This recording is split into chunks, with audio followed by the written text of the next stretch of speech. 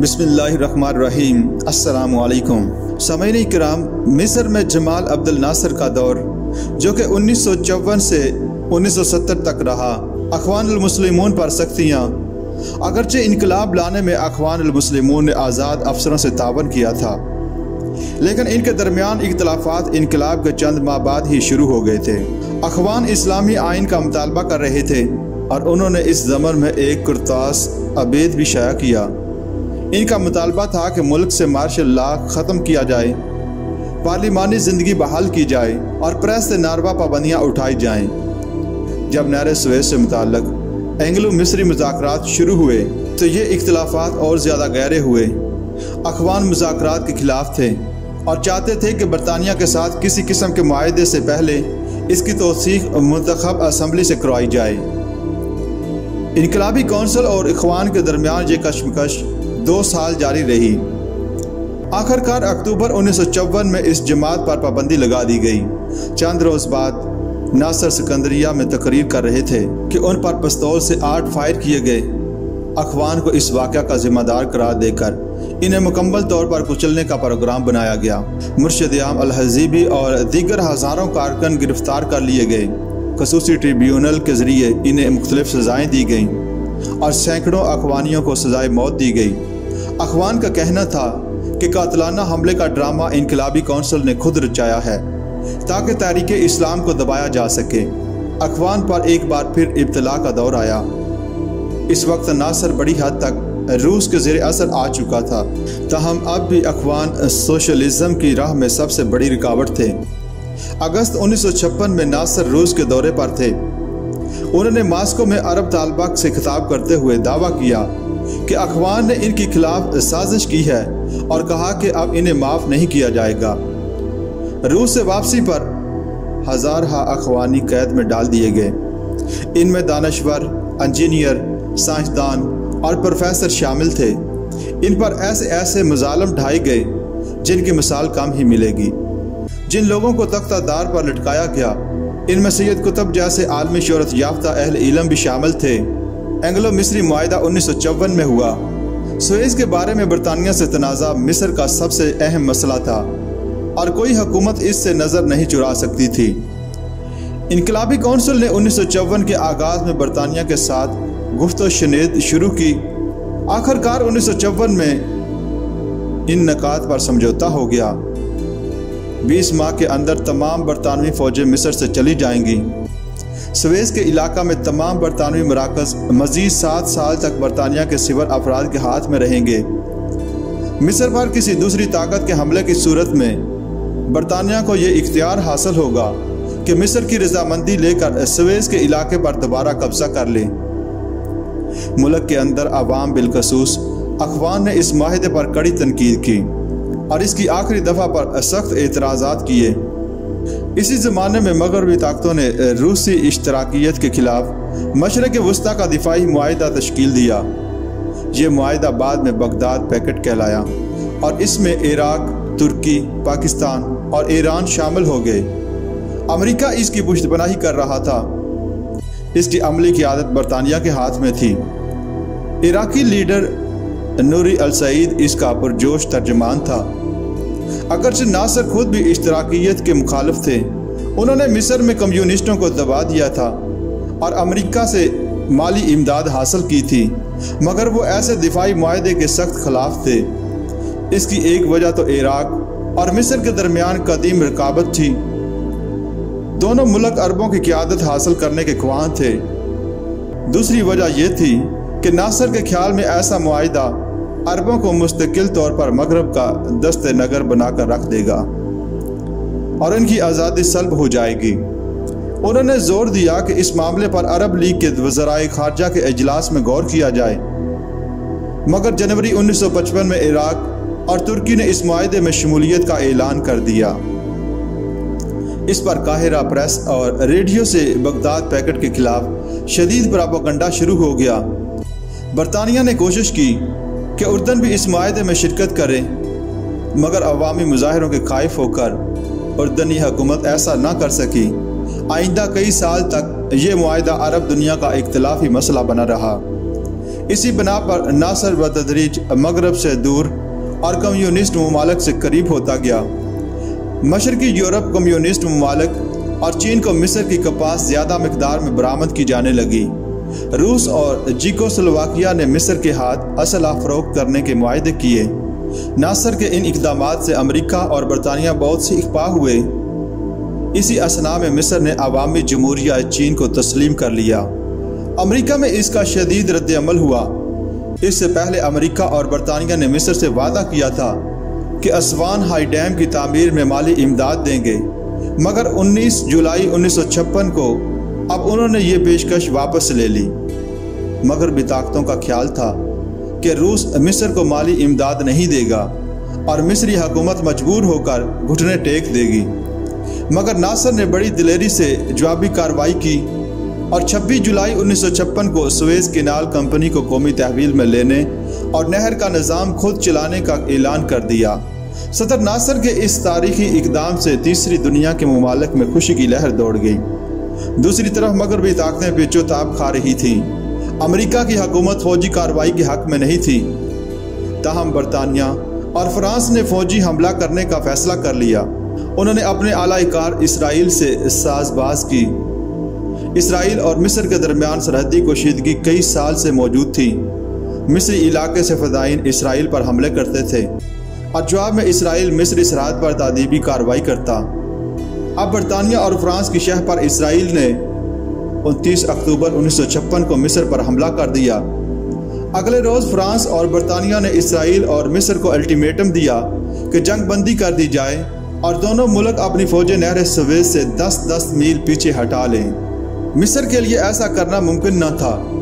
صدر ناصر نے مغربی طاقتوں کے متوقع حملے کے پیش نظر سرائے سینا سے مصری فوج واپس بلا لی اور انہیں نہر سویز پر جمع کر دیا۔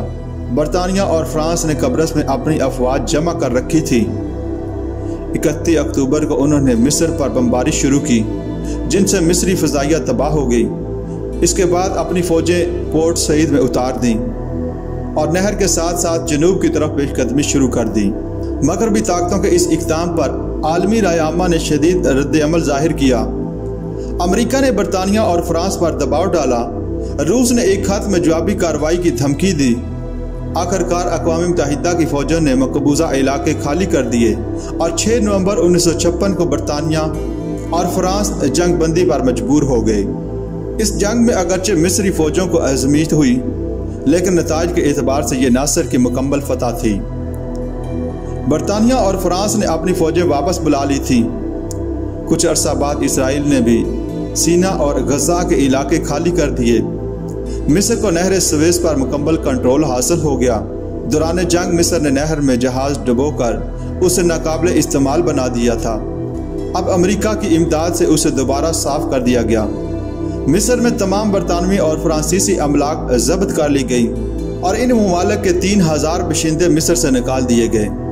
صرف شرم الشیخ کے مقام پر اقوام متحدہ کی فوج متعین تھی جو خلیج عقبہ کے دہانے کی حفاظت کرتی تھی۔ اب ناصر کی مقبولیت پورے عروج پر تھی۔ عربوں کی نگاہ میں ان کا وقار بہت بلند ہو چکا تھا۔ مغربی ممالک نے مصر کا اقتصادی بائیکاٹ بھی کیا، مگر روسی امداد کی وجہ سے وہ بھی بے اثر ہو کر رہ گیا۔ کچھ عرصہ بعد ناصر کے وقار میں اس وقت مزید اضافہ ہوا جب عراق میں جولائی 1958 میں فوجی انقلاب آیا، جس نے عرب دنیا میں مغربی اثر و رسوخ کا ایک اہم مرکز تہ و بالا کیا۔ 1956 میں ناصر نے مصر کے لیے ایک نیا آئین مرتب کیا، جس کی روح سے ریاست کا مذہب اسلام قرار دیا گیا۔ حکومت کا انتظام صدر مملکت، وزراء کی کونسل اور ایک ایوان کی قومی اسمبلی کے سپرد تھا۔ عام استصواب کے ذریعے اس آئین کی منظوری لے لی گئی۔ اس استصواب میں ناصر کو 6 سال کی حمایت کے لیے مقرر کیا گیا۔ اس آئین کی روح سے ملک میں ایک سیاسی جماعت کی منظوری دی گئی۔ نیشنل یونین کے نام سے ملک کی واحد سیاسی جماعت قائم کی گئی، جس نے 1957 کے انتخابات میں نمایاں حصہ لیا۔ 1958 میں شام اور مصر کا اتحاد عمل میں آیا۔ اس وقت شام میں باس پارٹی برسر اقتدار تھی اور اس کے لیڈروں نے اس معاملے میں پہل کی اور نئے ملک کا نام متحدہ عرب جمہوریہ رکھا گیا۔ بظاہر یہ ناصر کی ایک اور عظیم فتح تھی۔ اس سے دنیائے عرب کے وسیع تر اتحاد کی توقع بھی پیدا ہو گئی۔ تاہم جلد ہی مشکلات نے جنم لیا۔ صدر ناصر نے دونوں ملکوں کا وفاق بنانے کی بجائے ایسا اتحاد قائم کیا جس کے تحت تمام سیاسی اختیارات ان کے ہاتھ میں آ گئے۔ انہوں نے اصرار کیا کہ شام میں بھی تمام سیاسی جماعتوں پر پابندی لگا دی جائے۔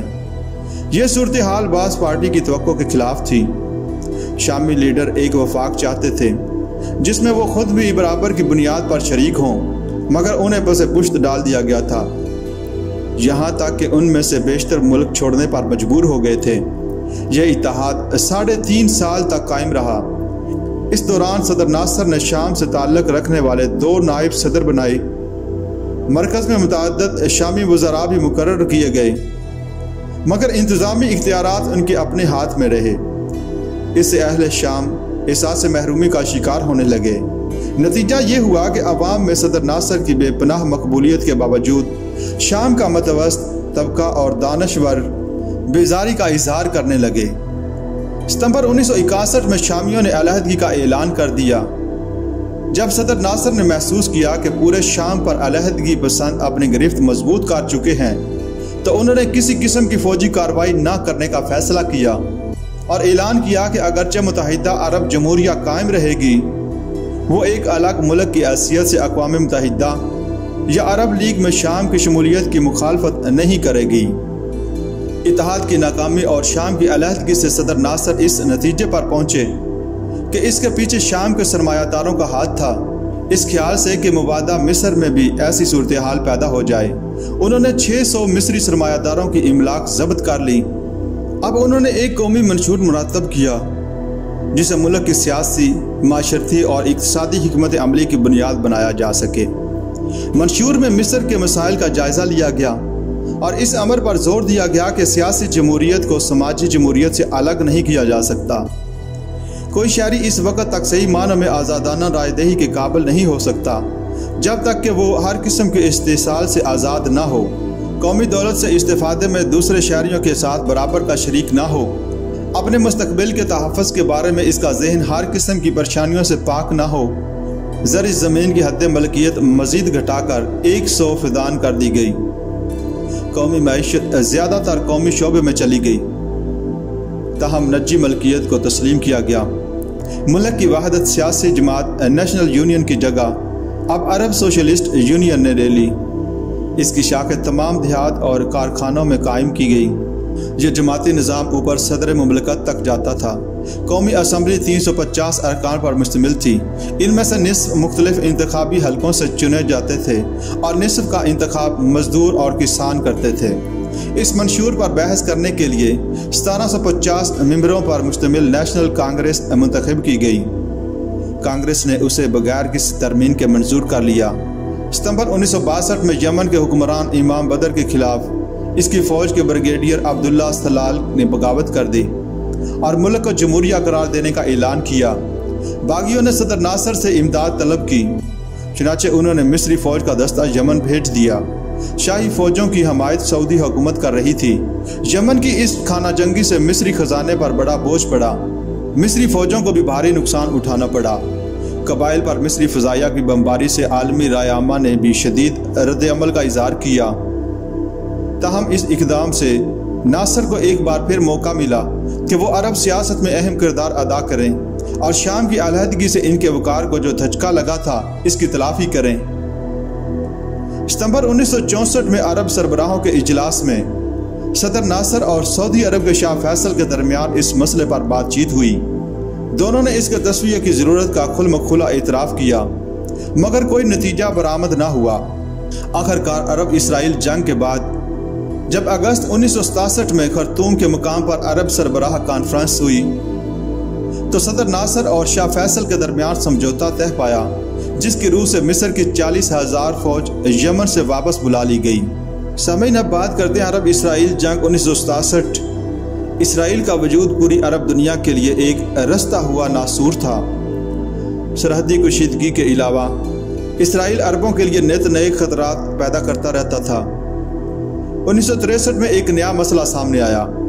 اسرائیل دریائے اردن کا رخ موڑنا چاہتا تھا، جو عربوں کی اقتصادی موت کے مترادف تھا۔ چنانچہ صدر ناصر نے تمام عربوں کو قاہرہ میں جمع ہونے کی دعوت دی، تاکہ اس معاملے پر غور کیا جا سکے۔ اس کانفرنس میں ایک مصری جرنیل کی قیادت میں عربوں کی متحدہ کمان قائم کرنے کا فیصلہ کیا گیا، تاہم عربوں کے باہمی اختلافات کی وجہ سے معاملہ آگے نہ بڑھ سکا۔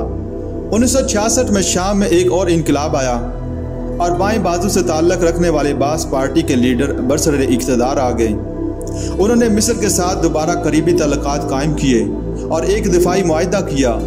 اسرائیل نے اس معاہدے پر کڑی تنقید کی اور اردن کے 3 دیہات پر حملہ کر دیا۔ شاہ حسین نے صدر ناصر اور ان کے شامی ساتھیوں کو خوب ملامت کی اور الزام لگایا کہ یہ لوگ اقوام متحدہ کی ہنگامی فوج کی پناہ میں بیٹھے ہیں اور اسرائیل خلیج کو بلا روک ٹوک استعمال کر رہا ہے۔ اب صدر ناصر کے لیے ناگزیر تھا کہ کوئی اقدام کرتے۔ مئی 1967 میں انہوں نے اقوام متحدہ سے درخواست کی کہ سینائی سے ہنگامی فوج واپس بلا لی جائے۔ مصری فوج شرم الشیخ میں پہنچ گئی اور خلیج عقبہ میں اسرائیل کا داخلہ بند کر دیا گیا۔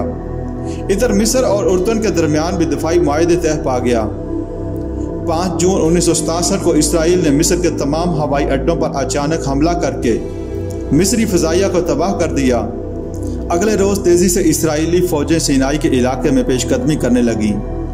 مصر کی 7 ڈویژن فوجی سینائی میں متعین تھیں، مگر وہ اسرائیلی حملے کا مقابلہ نہ کر سکی اور تیزی سے پسپا ہونے لگی، یہاں تک کہ 9 جون کی صبح تک اسرائیلی فوج نہر سویز کے کنارے پہنچ گئی۔ پسپائی کے دوران کم و بیش 10,000 فوجی کام آئے۔ 8 جون کو اردن اور مصر نے جنگ بندی قبول کر لی۔ 9 جون کو صدر ناصر نے قاہرہ ریڈیو سے خطاب کرتے ہوئے شکست کی ذمہ داری قبول کی، خود مستعفی ہونے کا اعلان کیا اور زمام اختیار نائب صدر زکریا محی الدین کے سپرد کی۔ تاہم مصیبت کی اس گھڑی میں قوم نے شدید جذباتی رد عمل کا اظہار کیا اور صدر ناصر کو استعفیٰ واپس لینے پر مجبور کر دیا۔ 10 جون کو قومی اسمبلی کے متفقہ مطالبے کے پیش نظر صدر ناصر نے استعفیٰ واپس لے لیا۔ اس وقت ملک سنگین صورتحال سے دوچار تھا، فضائیہ تباہ ہو چکی تھی اور جنگی ساز و سامان ضائع ہو چکا تھا، نہر سویز بند ہو چکی تھی اور سینائی کے تیل کے چشمے دشمن کے قبضے میں جا چکے تھے۔ صدر ناصر نے قومی تعمیر نو میں بڑی تندہی سے حصہ لیا اور روس کی امداد سے فوجی ساز و سامان کے نقصان کی تلافی کر لی۔ اس معاملے میں روس نے بڑی فراخ دلی سے کام کیا۔ فوج کے بیشتر سینئر افسر برطرف کر دیے گئے اور فوج کی تنظیمیں نو عمل میں لائی گئی۔ ادائیگی فرض میں غفلت پر فضائیہ کے افسروں پر مقدمہ چلایا گیا اور انہیں سزائیں دی گئیں۔ 1.5 ماہ بعد صدر ناصر نے قوم سے خطاب کرتے ہوئے اعلان کیا کہ ہم کبھی ہتھیار نہیں ڈالیں گے، اور یہ کہ اسرائیل کا اصل مقصد مصری انقلاب کا خاتمہ تھا جس میں وہ ناکام رہا ہے۔ اگست 1967 میں خرطوم کے مقام پر عرب سربراہان مملکت کا اجلاس ہوا۔ اس میں فیصلہ کیا گیا کہ کویت، سعودی عرب اور لیبیا کی حکومتیں برطانیہ اور امریکہ سے تعلقات بحال کر لیں، مگر وہ اپنی آمدنی کا ایک حصہ مصر اور اردن کے حوالے کریں تاکہ جارحیت کے اثرات محو ہو سکیں۔ اس فیصلے کے ماتحت مصر کو 9.5 کروڑ پاؤنڈ اور اردن کو 4 کروڑ پاؤنڈ سالانہ ملنے لگے۔ کچھ عرصے بعد صدر ناصر نے سیکیورٹی کونسل کی یہ قرارداد بھی منظور کر لی کہ اسرائیل مقبوضہ عرب علاقے خالی کر دے اور اس کے عوض عرب ممالک اسرائیل کے وجود کو ایک حقیقت تسلیم کریں۔ جنگ اور اس کے بعد کے حالات کا ایک نتیجہ یہ بھی نکلا کہ مصر پہلے سے زیادہ روس کے زیر اثر آ گیا، یہاں تک کہ 1970 میں مقیم روسی فوجی مشیروں کی تعداد 10,000 تک پہنچ گئی۔ 28 ستمبر 1970 کو صدر ناصر کو دل کا دورہ پڑا اور انہوں نے وفات پائی۔ 1 سال قبل انہوں نے انوار سادات کو نائب صدر مقرر کیا تھا۔ اب آئین کے مطابق انہوں نے قائم مقام صدر کے فرائض سنبھال لیے۔ بعد میں عرب سوشلسٹ یونین اور قومی اسمبلی نے ان کا تقرر منظور کر لیا اور استصواب کے ذریعے قوم سے منظوری لے لی گئی۔